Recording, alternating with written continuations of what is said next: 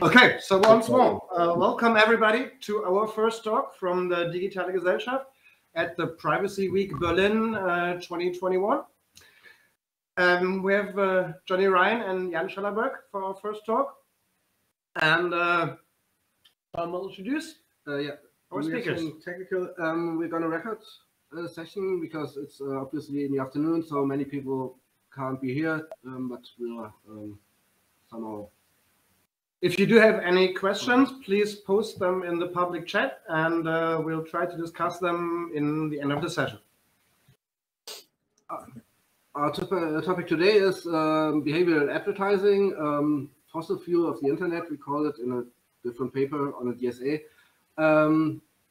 It's about, and we have Johnny Ryan and Jan Schallaböck here.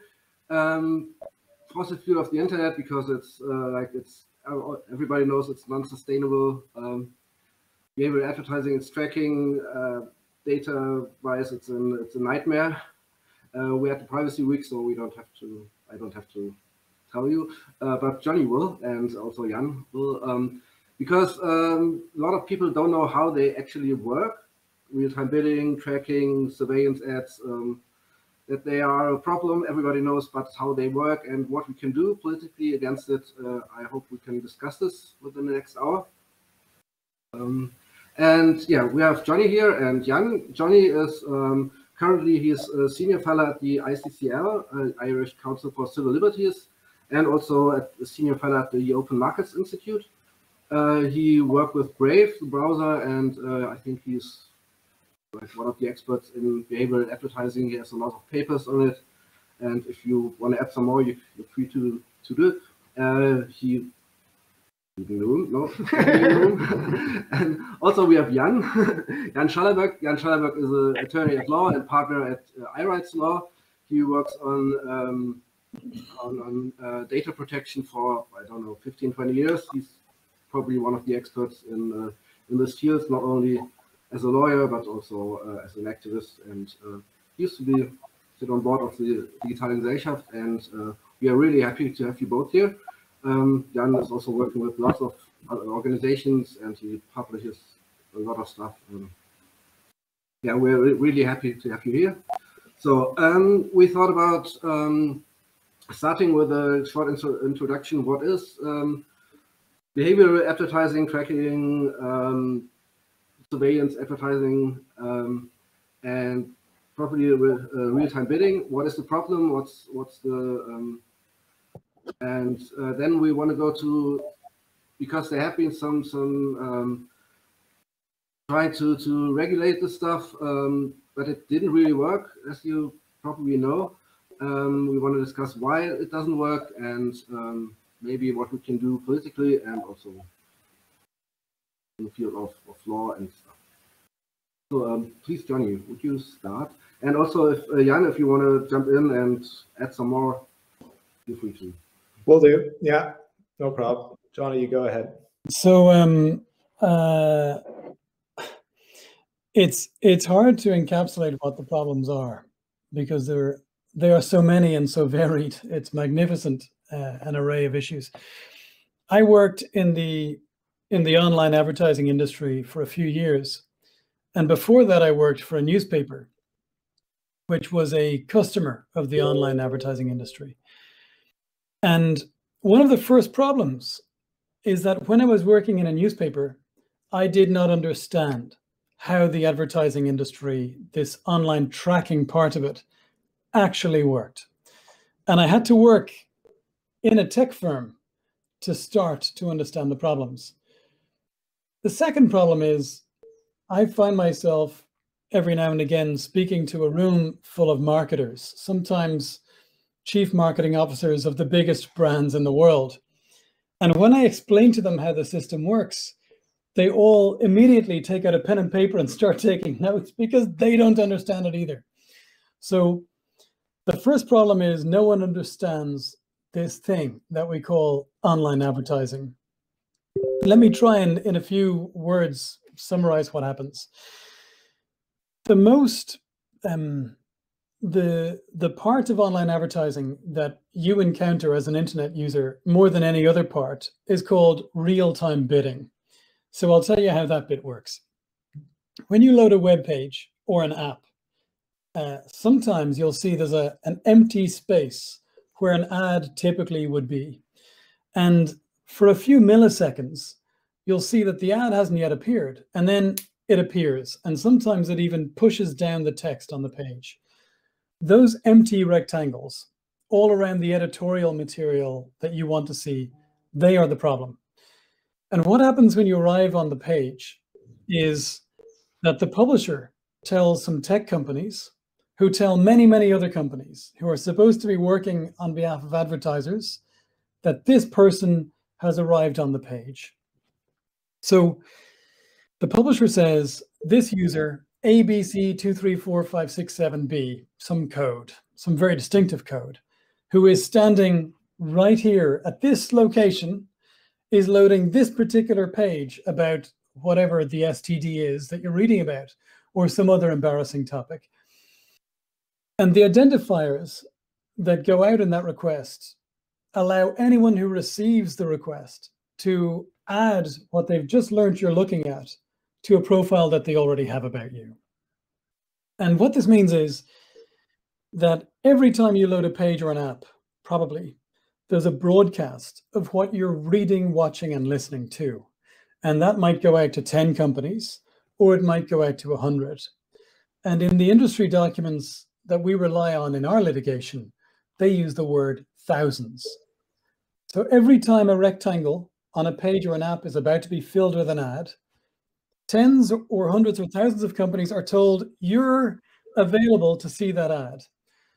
Now, the reason why that information is sent out is that all of those companies, the more the merrier, the more the merrier, all of those companies have the opportunity to make a bid, to pay something for the opportunity to show you their ad. So in theory, it is good business to have more people rather than fewer seeing that you are visiting this particular bit of this website, because then they'll, in theory, compete against each other with higher bids to show you their ad. But what this equates to is the biggest data breach of all time. And what I've described to you, real-time bidding, is a system of auctioning attention. That's not actually the problem. There may be problems with that, but the bigger problem is that in order to reveal that you're present for your attention to be auctioned, what you're looking at is being sent out to such a large number of companies. Now, to give you a sense of scale, the auction houses, they're called ad exchanges. The auction houses sometimes talk about how many of these auctions they handle a day. How many times do people find information about themselves sent out to tens, hundreds, or thousands of companies in this way, based on what they're looking at and where they are? The answer is, for a single auction house, 120 billion times a day. Now that's the number from one of them, called Index Exchange. Index is one of the top 6. Google, for example, is by far the bigger. So several competition authorities, antitrust authorities, have reported in the last 24 months that Google is so much bigger than the rest that it has what's called market power. That means it's so dominant, it can set prices its own way. So we're talking at a minimum about hundreds of billions of these little data breaches about us every day, but we're probably talking about more than 1 trillion actually every day. And what that means, this is amazing to think about. What this means is that if you're watching this video now, live, everyone you've ever met, everyone you could ever know, almost certainly has had information about them blasted out every day for the last 10 years. And I'll shut up in a moment, but let me leave you with the consequence of all this. We're hemorrhaging our secrets, but what happens to the secrets? There's an industry trade body, the Tracking Industries Trade Body, whose job is to define the rules for this system. That body is called the IAB. But the IAB also defines the rules for the data broker industry as well. And in one of their sets of rules, which is called the audience taxonomy, it shows a data broker, someone who sells hidden profiles about people. It shows them what kind of information could be or ought to be in those profiles. And that includes things like, does this person, do they do online gambling? Do they do offline gambling? Do they have cancer? I mentioned STD, that's a field. Do they have a child with special needs children? Are they Christian, Muslim, Hindu? Are they conservative? Do they vote Green? Are they liberal?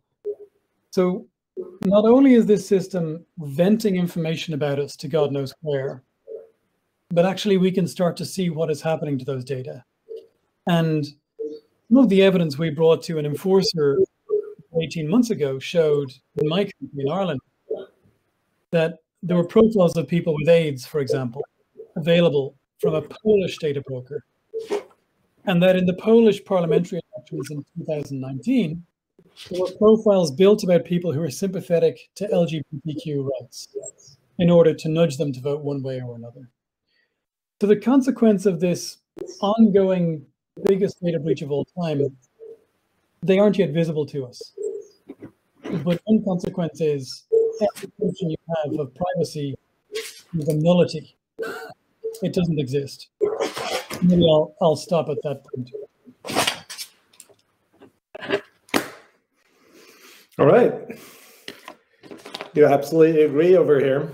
I guess there's so many things wrong with the internet today, and tracking probably is the most important thing. I absolutely agree that you could say it's the biggest data breach of all, and it's probably one of the most important problems of data protection we currently have, and probably have been having for 20 years. And I would argue that if we had solved that problem 20 years ago, the internet would be a much nicer place today. But even more, we would probably have a much better privacy regulation, because what people tried to resolve when they tried to tackle the general data protection regulation, which, for example, me is giving a lot of headaches, although it's a good piece of legislation, is that policymakers tried also, as a side attack, tried to tackle this problem with the general data protection regulation, instead of just approaching the problem head on, which is that we cannot have, as a free society, entities that collect like intimate, by the minute pieces of information of what information we receive. It cannot be in a free society that there is such entities out there, and it hasn't been addressed for more than 20 years. And just to make clear what we're talking about here is, think about times before the internet. You would eventually buy a newspaper, you'd go to the library. There's actually legal protection, even in the US, that the records of libraries are protected against anybody looking at them. And now you have the internet, and instead of just finding out who has read what newspaper, who has read what book, you have now entities seeing every single step you're doing on the internet. And I think that's outrageous, and the outrage hasn't been big enough in my view. Now, this certainly does relate to fundamental rights. We have the United Nations Human Rights Charter since 1949, and it really it seriously says in Article 19, what a foresight, that you have the right to seek, receive, and impart opinions and information. Now, usually we're talking about the freedom of expression, the freedom to impart opinions. Now, there's this other important bit in there, that you have the right to seek information. And it actually goes on that you should have that right regardless of frontiers, and you shouldn't be hindered in that. Now, when you look at the legislation in the European Union, it's very funny, because it specifically reduces that right, that you shouldn't be hindered to seek information. You shouldn't be hindered, but you shouldn't be hindered by public authorities. Everybody else can hinder you. And actually, people are doing that by just looking at you all the time when you seek information. And it's outrageous. It's not acceptable that there is such entities out there. And I do believe that we should think and consider that we extend our human rights charter, the fundamental rights, to clearly state that it's also part of human rights that you seek information without being observed. Because I think that has been having a long tradition before the internet, and suddenly, boom, it all disappeared. Now, what did we do? It's not like there weren't first ideas to tackle that problem. We have the dreaded cookie directive from 2002, which actually tried to prohibit some part of it. But I don't want to go too far as of now.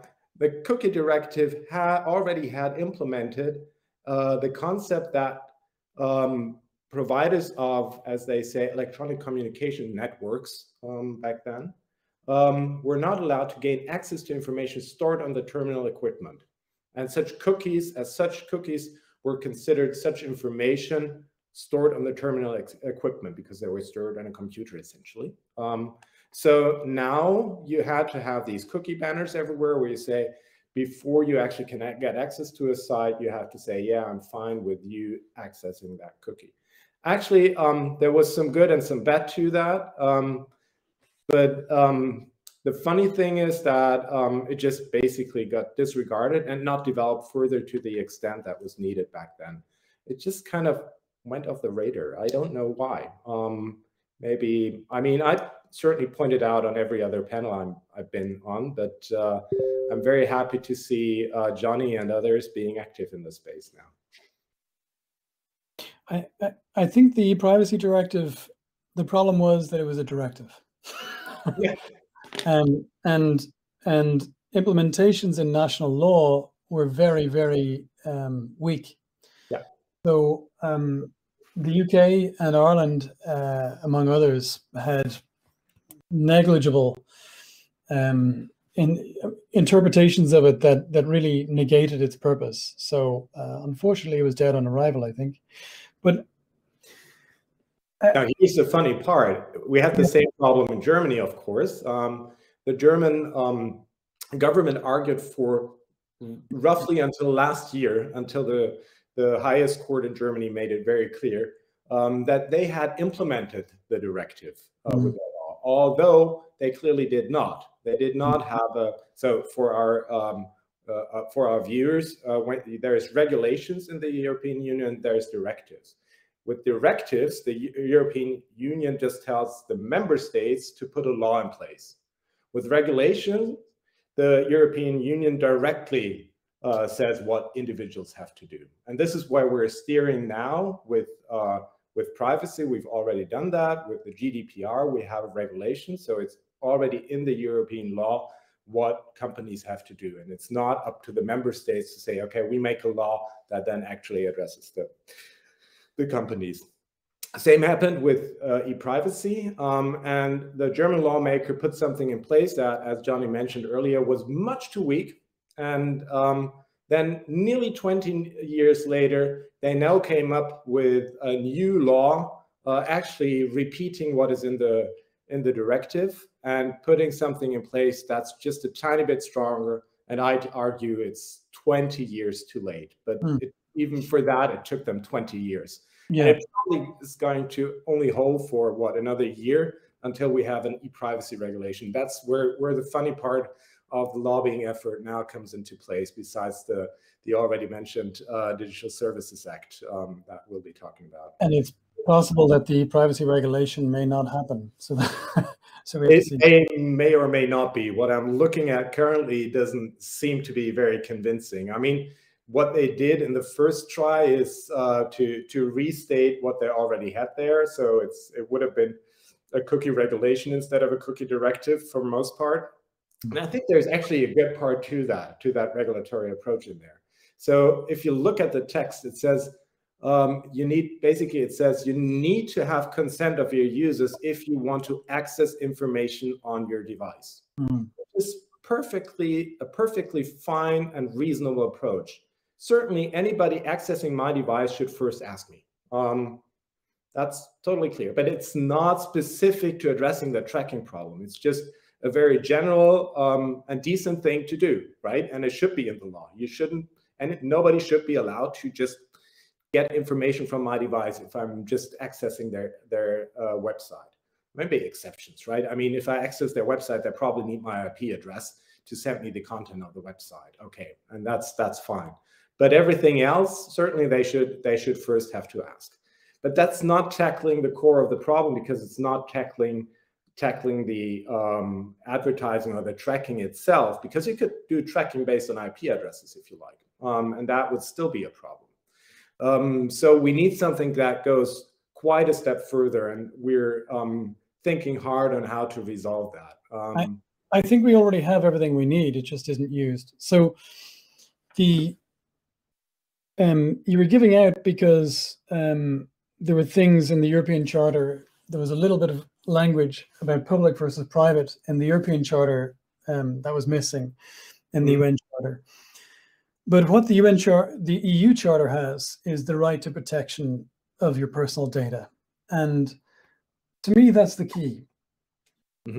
Everything I've described when I set out how real-time bidding works, how this online advertising broadcast works, everything in it offends a very simple principle, which you'll be familiar with, Jan, and that is the security principle. General data protection regulation. It's in the fucking name. If you can't protect the data, you can't have it. So we've got this principle in the GDPR, it's Article 5.1f, and it says, thou shalt not have a data breach. That's basically what it says. Now, what we have today in online advertising is a massive data breach, an external one, where companies are having pillow fights with people's data, feathers everywhere. And the industry approach to remedy this security problem is to ignore it and to cover the industry with a veneer of legality, these consent pop-ups. Now, there are plenty of problems with the consent pop-ups, but the main thing is they have no implication for security. It is simply a gesture where I am asked when I visit a website, are you okay with us sharing these data with these 400 companies? Or is there any of them you'd like us to ask not to receive your data from the other 300 companies who make money by sending them the data anyway, no matter what you've said? So we're waiting for a draft decision from the Belgian Data Protection Authority in a case I've been working on it for a long time against this consent spam that we've all been dealing with. I think consent is a fine thing, and there are ways to make it work. But the industry, I think, probably intentionally produced a kind of a form of fake consent, of consent spam, where even though they cannot tell you what's going to happen to the data, they present you with some information. And once you click OK, they pretend everyone involved, these hundreds of companies, have your permission to do whatever they want. Now, every indication so far is that we will very, very soon actually succeed in stripping away that thin veneer of supposed fake legality. The next thing then, if necessary, is to address the security problem. And that litigation we started in Hamburg a few months ago against the US body that controls the industry, i.e. BigTech Lab. But actually, all that is required to address this industry and fix its problems, if I got into a time machine, would be for me to stop wasting my time going to enforcers who haven't really done their job, particularly the Irish one, and go to court, which is what Max Schrems told me years ago. He said, don't bother with complaints, just go to court. But if you do go to court, there's plenty of law there that says what's happening today is unlawful. It's just that no one did it. And I mean, I'm to blame for not having done it. But the law as it stands gives me more than enough to solve the problem. So I wouldn't blame the legislator RTB has been around. I do, Johnny, and I fundamentally disagree on that part. I think it should have been made much more clear by the lawmakers.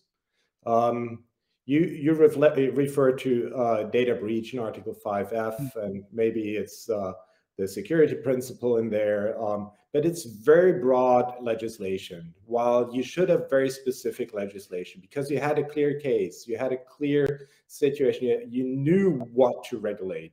I'd argue you probably even could have had the dialogue with society of what you specifically want, where you want to draw the line. I mean, nothing speaks against having a little counter on your website, counting how many people access the website. I think that's totally fair to have as a provider of a service, to know how many people accessed one website, being already much more granular than what newspaper outlets had earlier.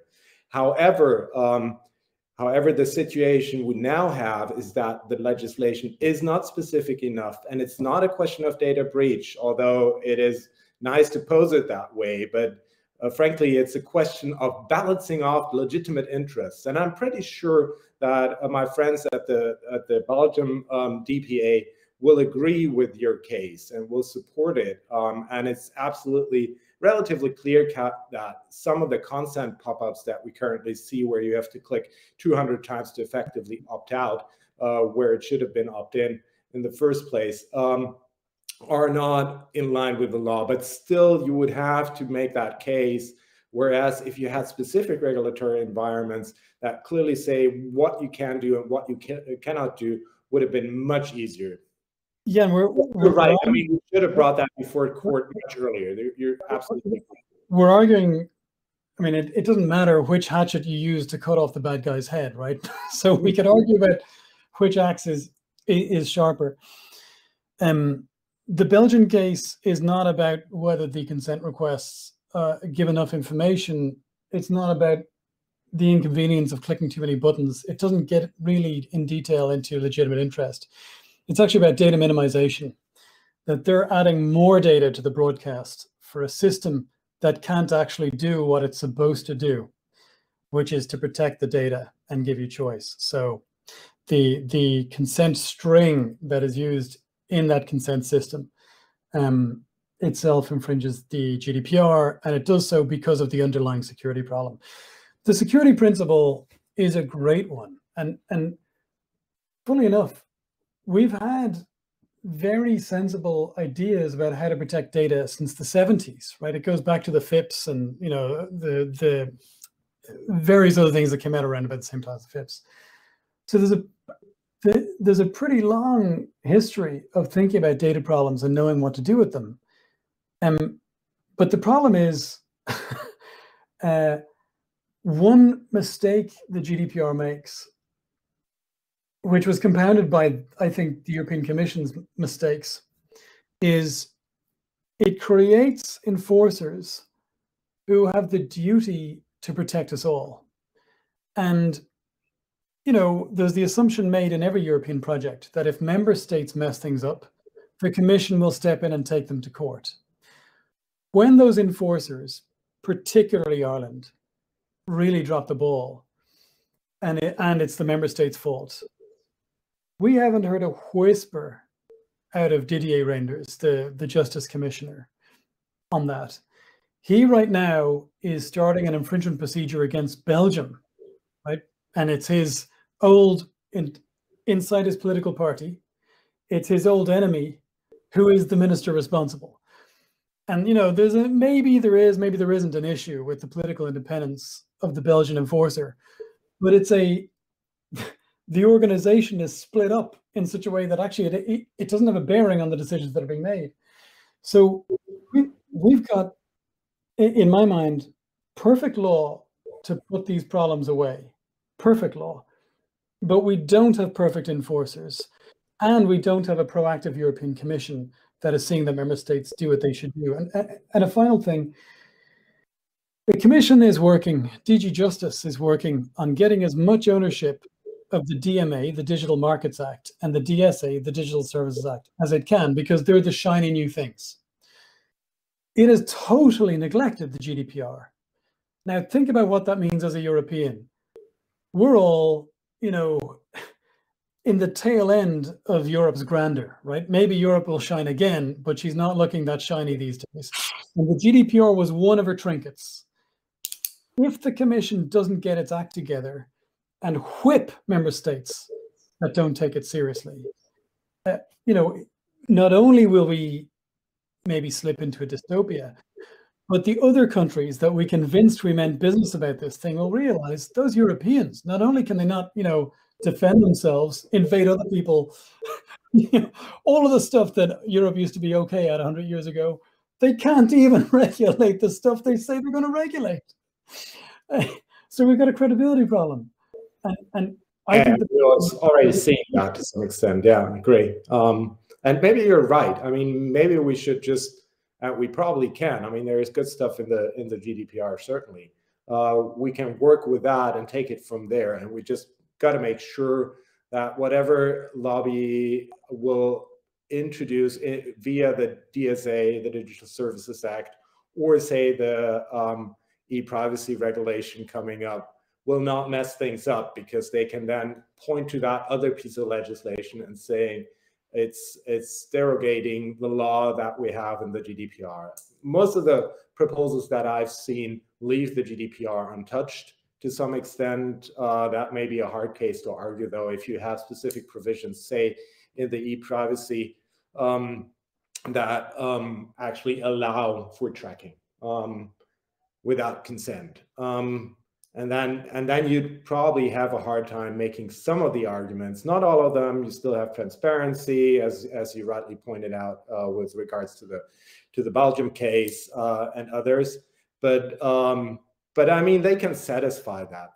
They'll put some information tags in their consent. Click here, and you can see all the information and everybody who's getting the information. I mean, it's really one of the things. I mean, sometimes I'd even go further, and maybe we should also take the infrastructure itself into account. Sometimes I would think it would have been nice if we had a different copyright, for example, that would allow archives to copy some of the content similar to CDNs are doing that. So you could actually surf the web without actually going to websites who track you. But I mean, that's the VPN model, and plenty of browsers are doing exactly that. Yeah. The idea that a lex specialis like e-privacy is going to undermine the GDPR, that's certainly a concern.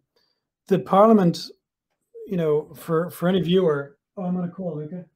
Luca, wait. The Parliament, its text, which is the Lead Committee text, is very strong. He is crying about the state of data protection in Europe right now. The Parliament text is very, very strong, and it actually strengthens the protections. The Council's text is the problem. The Commission's text is pretty strong as well, and the Parliament's text went further. So, you know, we have to see what happens in trilogue, but 2 out of the 3 are in the right direction. So I'm not too worried about e-privacy going in the right direction. And on the DSA, I'm testifying on Friday at the IMCO committee in the European Parliament, and the current debate at the Parliament is what level of restriction should there be on tracking-based ads in addition to data protection. So I don't think there's a dilution happening. I don't think we need to worry about that. Yeah, Luke is worried. He's rolling on the floor. He's I think we just got to be careful. I mean, there's certainly a lot of influencing going on in Brussels right now, and there's a lot of businesses involved who have a strong interest. But I think lawmakers are increasingly also seeing the case that I made that should have been taken on 20 years ago, which is why I argue that I'd like to see more specific regulation with regard to that specific problem, because indeed I think it's one of the biggest ones we currently have in data protection and in context of the internet. And so I agree. I'm slightly optimistic, but I wouldn't put my bets on it yet. And you're right. I mean, we can probably do a lot of good stuff with the GDPR in that regards. However, I think there is limits, because there is also always the not so much the implementation on the side of the regulators and of the national enforcement, but I mean, let's look at how we can actually control what's happening with the major platforms. We'll have to rely on whistleblowers. We'll have to rely on data protection authorities actually taking their job seriously and looking at the implemented infrastructure with regards to what data is actually collected, kept, and used. I mean, the sole existence of an infrastructure that allows for this type of monitoring, logging of individual behavior is something that I think should be of everybody's concern, even before it gets to the hands of the advertisers. Just when you talk about the social media companies, there's something I'm worried about, and that's in the Digital Services Act. So this is, for viewers, this is a major new piece of legislation that is currently being negotiated. With these big regulations, these things tend to be broken up into chapters. And a big chapter in that act, Chapter 3, talks about notice and takedown. A big chapter talks about notice and takedown. So if there's something, tears, if there's something about, okay, one moment, I have to close. Yeah.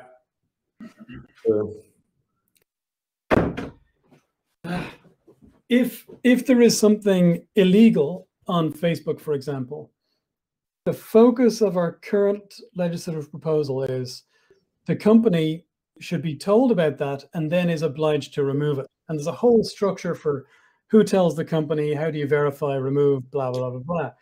Now, there are freedom of expression implications there because not everything is going to be a straightforward choice.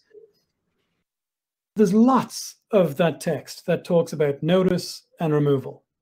There is one single article, just one little paragraph of text that talks about recommender systems. Now, here's the situation on Facebook or any other social platform. As you know, huge quantity of information, and none of it is seen unless the system, the algorithm, picks it out and puts it in front of you. And our current proposal does not look at that. Yeah. And it doesn't say that system is off by default, or that system can't use personal data. None of that. It says, you'll love this, yeah. And it says, in the terms and conditions, like, 10,000 words later, you should explain the thing and give an option to change it a bit. This terrifies me. Yeah. So I don't see big gaps in the law to deal with the well-rehearsed problems we have, right, which we're litigating on, and which the enforcers have either shown themselves to be inept on, or in the case of the Belgians, actually done something on. But I'm terrified about the next set of problems. And you see the same thing in the AI regulation. Mm-hmm. There's a huge regulation. There's a question about whether it's taken exactly the right or wrong approach. But as a colleague of mine discovered recently, it doesn't even look at how different AI systems deal with each other. It deals with them. It's like regulating one computer rather than a network. It's like everything is AI. I even disagree with the terminology. It's glorified statistics, basically. And just putting everything into it's AI bottle is just totally beyond the point. I think it should be much clearer what we're actually talking about and what we're regulating, instead of giving the magic notion of what some smart scientists developed as a term some 50, arguable 70 years ago to make their research more shiny. It's not intelligent. It just gives people the idea that we have machines that are intelligent. It's just using basically mechanisms where you can't really, well, you're putting all statistical methods into one pot, shaking the thing, and look what comes out of it. And if it works, it'll work. You don't know where it's actually going down the wrong track, nothing. And as long as people stick to that term, they're asking to be misled, I think. However, you're absolutely right that we are not getting down to the core of the problem in a lot of that. There's a real problem in that. I don't know whether in our agenda we're supposed to be going into the problems of drafting, but let me throw another one in there. In the European Commission's proposal for an AI regulation, not a directive, a regulation, the definition of what artificial intelligence or automated decision-making is, it says that the thing must be human-directed.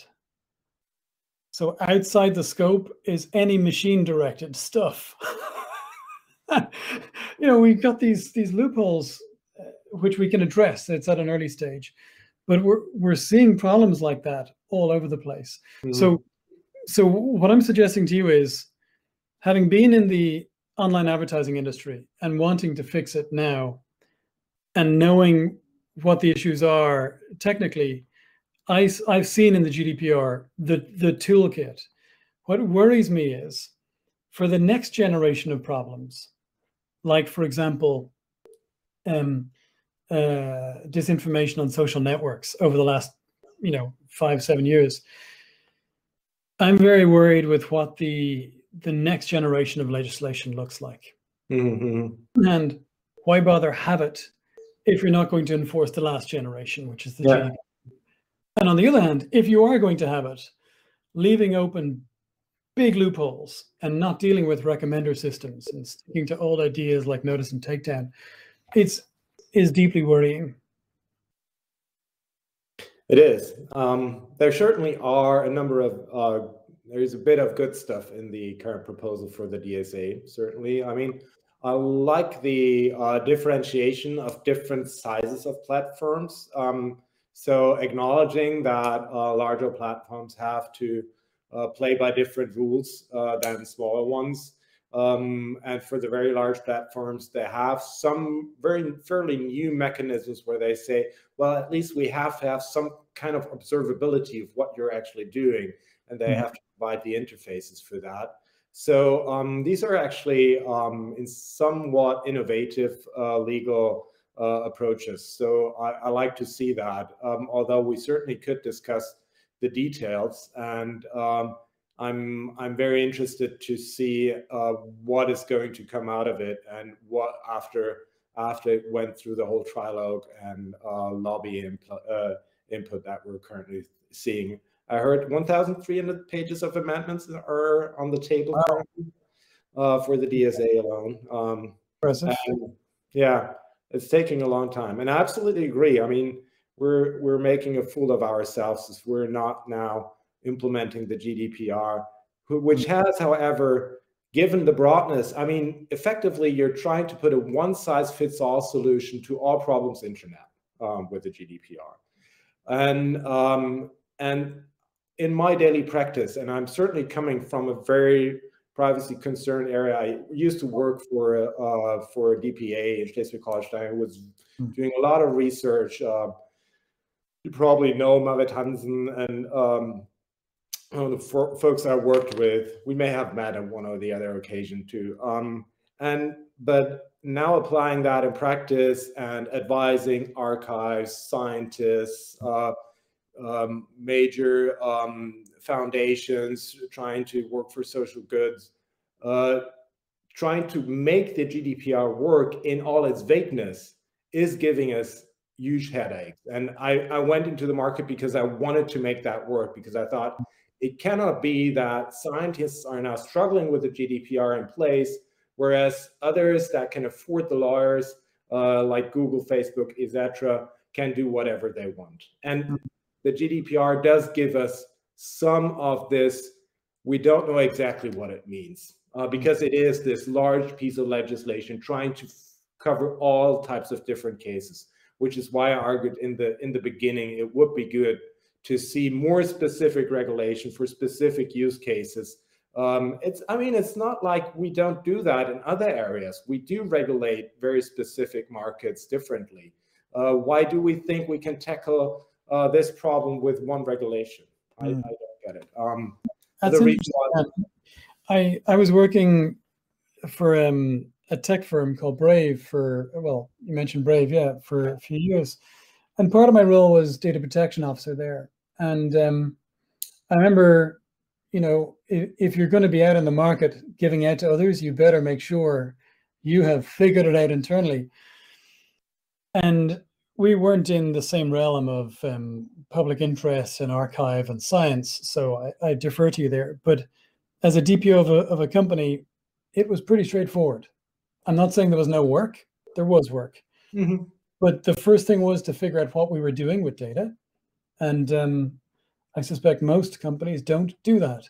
Mm-hmm. So, you know, it was not actually a problem. Things were clear. But again, I was working in a different sector to you. Different things apply.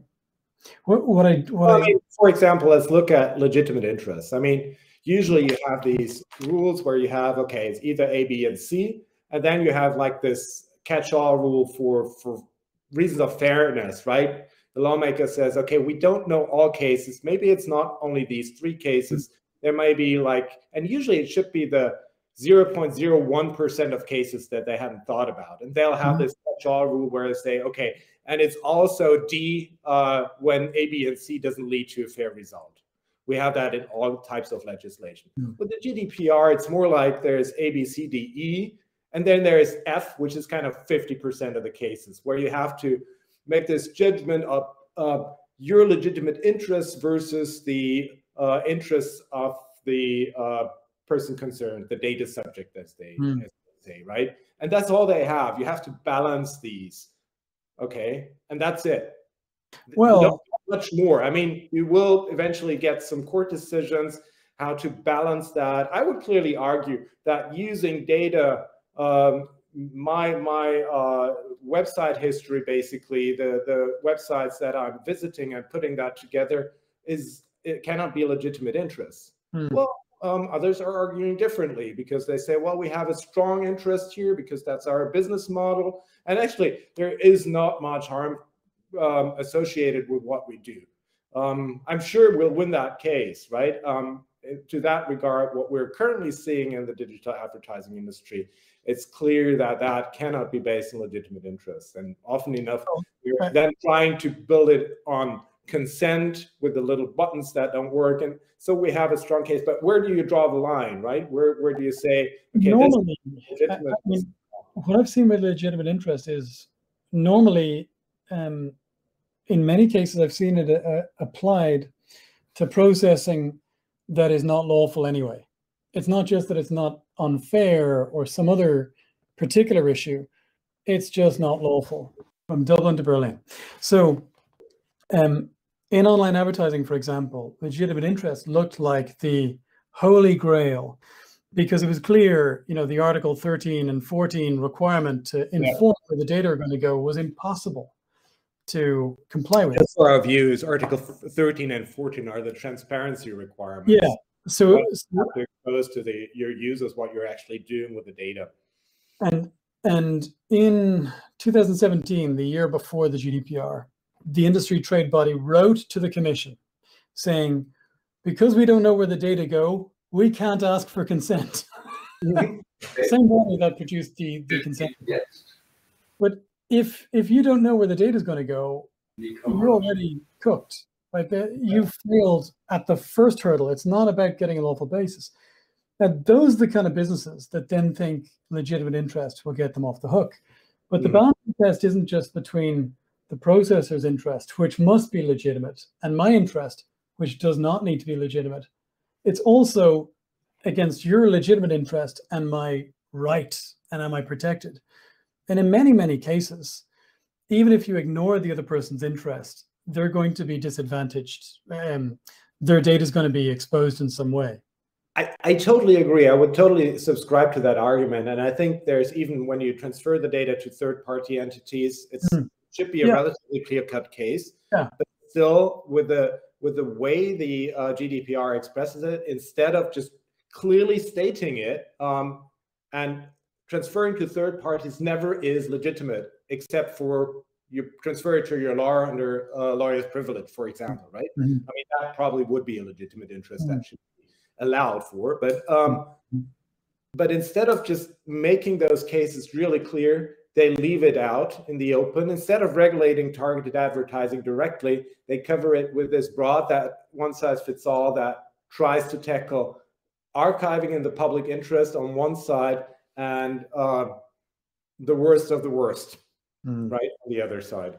And that's an issue, because you have to argue much more, and then you kind of catch the wrong, make it difficult for the wrong people, and make it easy for the others. And I think that's one of the shortcomings the current approach has, and that's one thing we're struggling with, and which is why you're right. We should work on making it work, but that is a lot of work, because we've got to bring a lot of cases before the courts, because it needs to be filled in. These blanks need to be filled with court cases, and that's I mean, that's kind of normal. I mean, we have privacy legislation. You mentioned the 70s. We have serious privacy legislation, maybe since the 90s, and still back then. We used to say it's kind of a soft law. When I started to work for a DPA, that was kind of not the common understanding, but we understood that for a lot of entities, it's kind of considered the soft law. And then with the GDPR, it became more than soft law. It certainly had some more bang to it, but now we got to fill it with life, and we're trying to do that, and you are trying to do that. I'm very happy to see that. Yeah, there's a lot of work going on. And I have to weigh in, sorry, because it's already 3:30, and I think someone's waiting for Johnny. Sure. But coming back to the advertising, if you have just a couple of minutes, but Johnny, you said you're going to testify on Friday for the IMCO. Would you mind giving us a little peek on what because this is, I think, especially on targeted advertising, probably. Yeah. And what you see, and if there's any chances within the DSA, and what you're going to tell them. I don't think there's going to be a ban on targeted advertising, but I do think there are going to be fairly tight restrictions. One of them may be that special category personal data, such as your sexual orientation, your ethnicity, your health, that those things can't be used at all. And another one might be that it cannot be applied to children, people under 18. So things might get quite tight. Whereas at the moment, in practice, even if not in law, it's a free-for-all. What I'll be saying in my testimony, probably, it depends on what's necessary at the stage of negotiations. But what I'll probably be saying is, we have very good advertising. Most of it isn't digital. I have a friend, or at least a colleague called Bob, who ran 2 agencies. And Bob does this great experiment. He says, okay, everyone, go to your fridge freezer, open it up, and count the number of things you bought because of digital. The answer is 0. Make 2 piles. The rest is TV, radio, outdoor, cinema, every other type of advertising. And you can see why. Because we've got multi-billion euro fraud in tracking-based advertising. If you can track a person, I know this sounds weird, but if you can track a person around the internet, then someone else can create a bot that looks like a person who you pay to track around the internet. And that takes money away from business, but also publishers, and it puts us into the hands of criminals. But another factor is, if you're DZite or FAZ or any other publication, and you're allowing other companies to learn about your visitor, the other company can sell your visitor's attention anywhere else. And if I'm looking for a DZite audience, which you'd imagine would be expensive, I can now get them on bikinibabes.com because Die Zeit allowed the data about the audience to leak off its page. So these are all practical reasons. They aren't rights-based reasons why tracking-based ads are a bad idea. The rights-based reasons are abundantly clear. Now we're at the point where we need to help legislators feel confident that they'll be helping business, sometimes against its own intuition, by fixing the market in this way.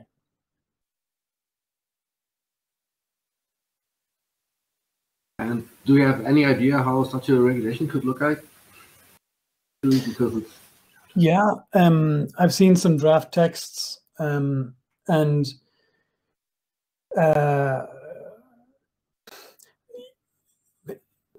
I mean, it's very hard to talk about the text because first we're just talking about different parliament committees and different factions in each committee and each party.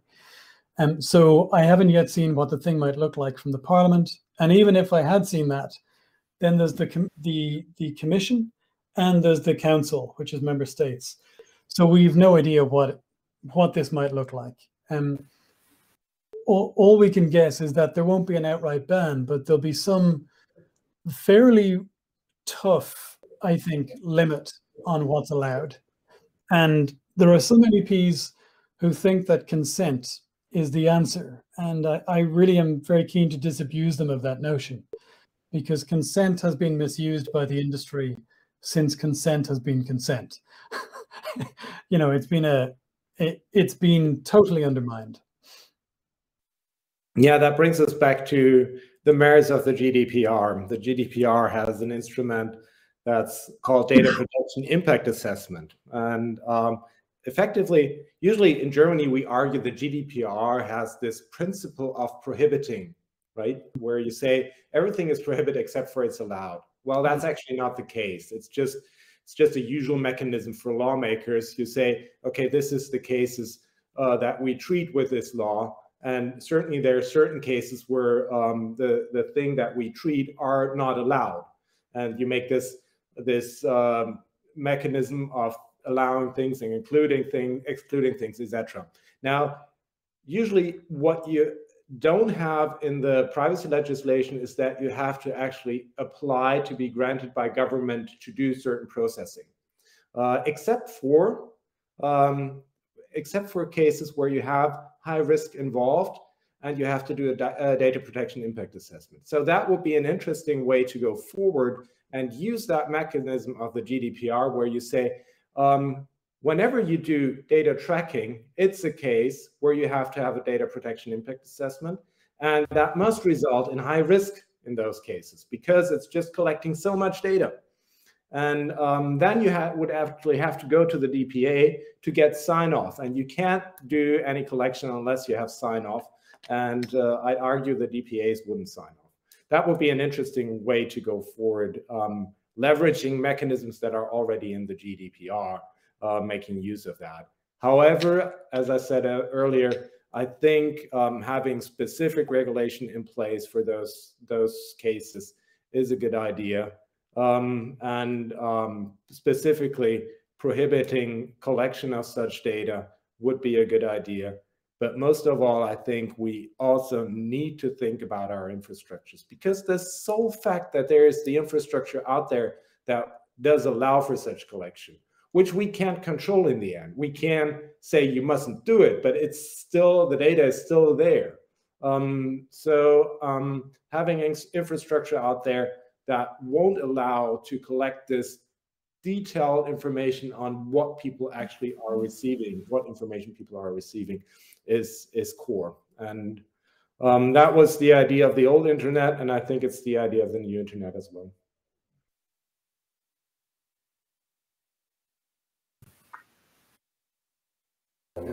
Thanks a lot. Johnny, do you have any comments on this? On this infrastructure point, I think that's interesting. Our litigation in Hamburg is against the standard setter. It's also against some of the companies involved. But we've decided, instead of dealing with the thousands of companies, one after the other, there is a standard setter who is responsible as well. Mm-hmm. And That's they the control is it? the IAB Tech Lab. Yeah, there are different bits of the IAB. Yeah. So Tech Lab sets the rules for this broadcast of personal data every time you use a commercial app or website, or most of them. And you're right, if there are ways to tackle the rules of the road, in addition to some of the cars on the road, but you can never know all of the cars that might be on the road, you should address the underlying thing. That's what we're trying to do. Very good.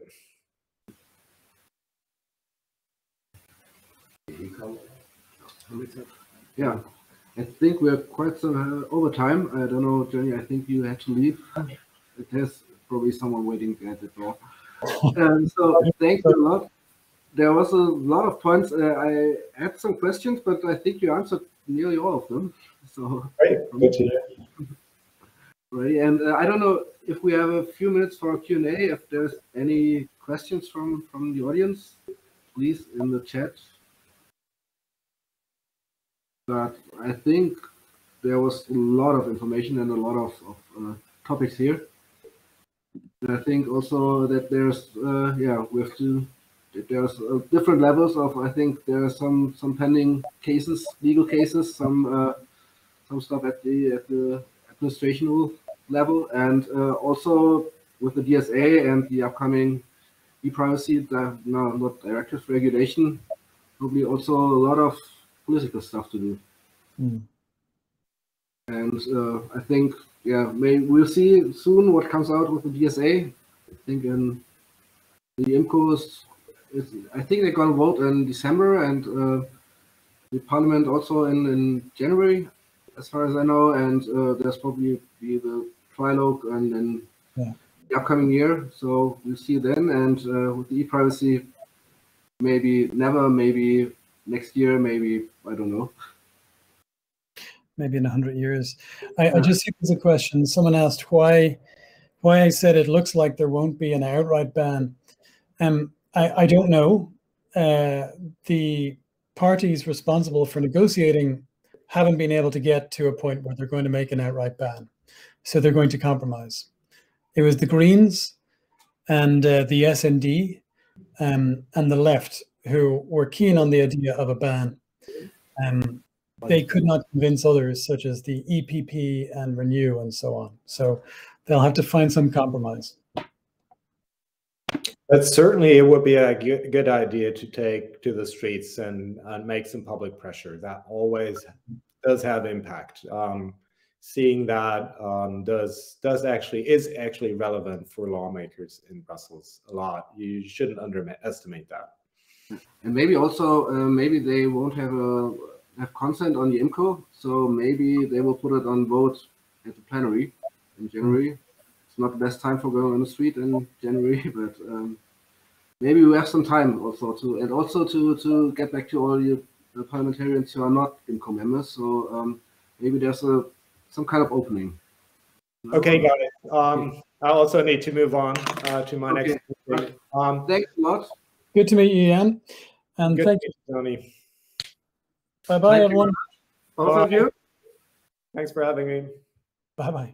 Have a nice day.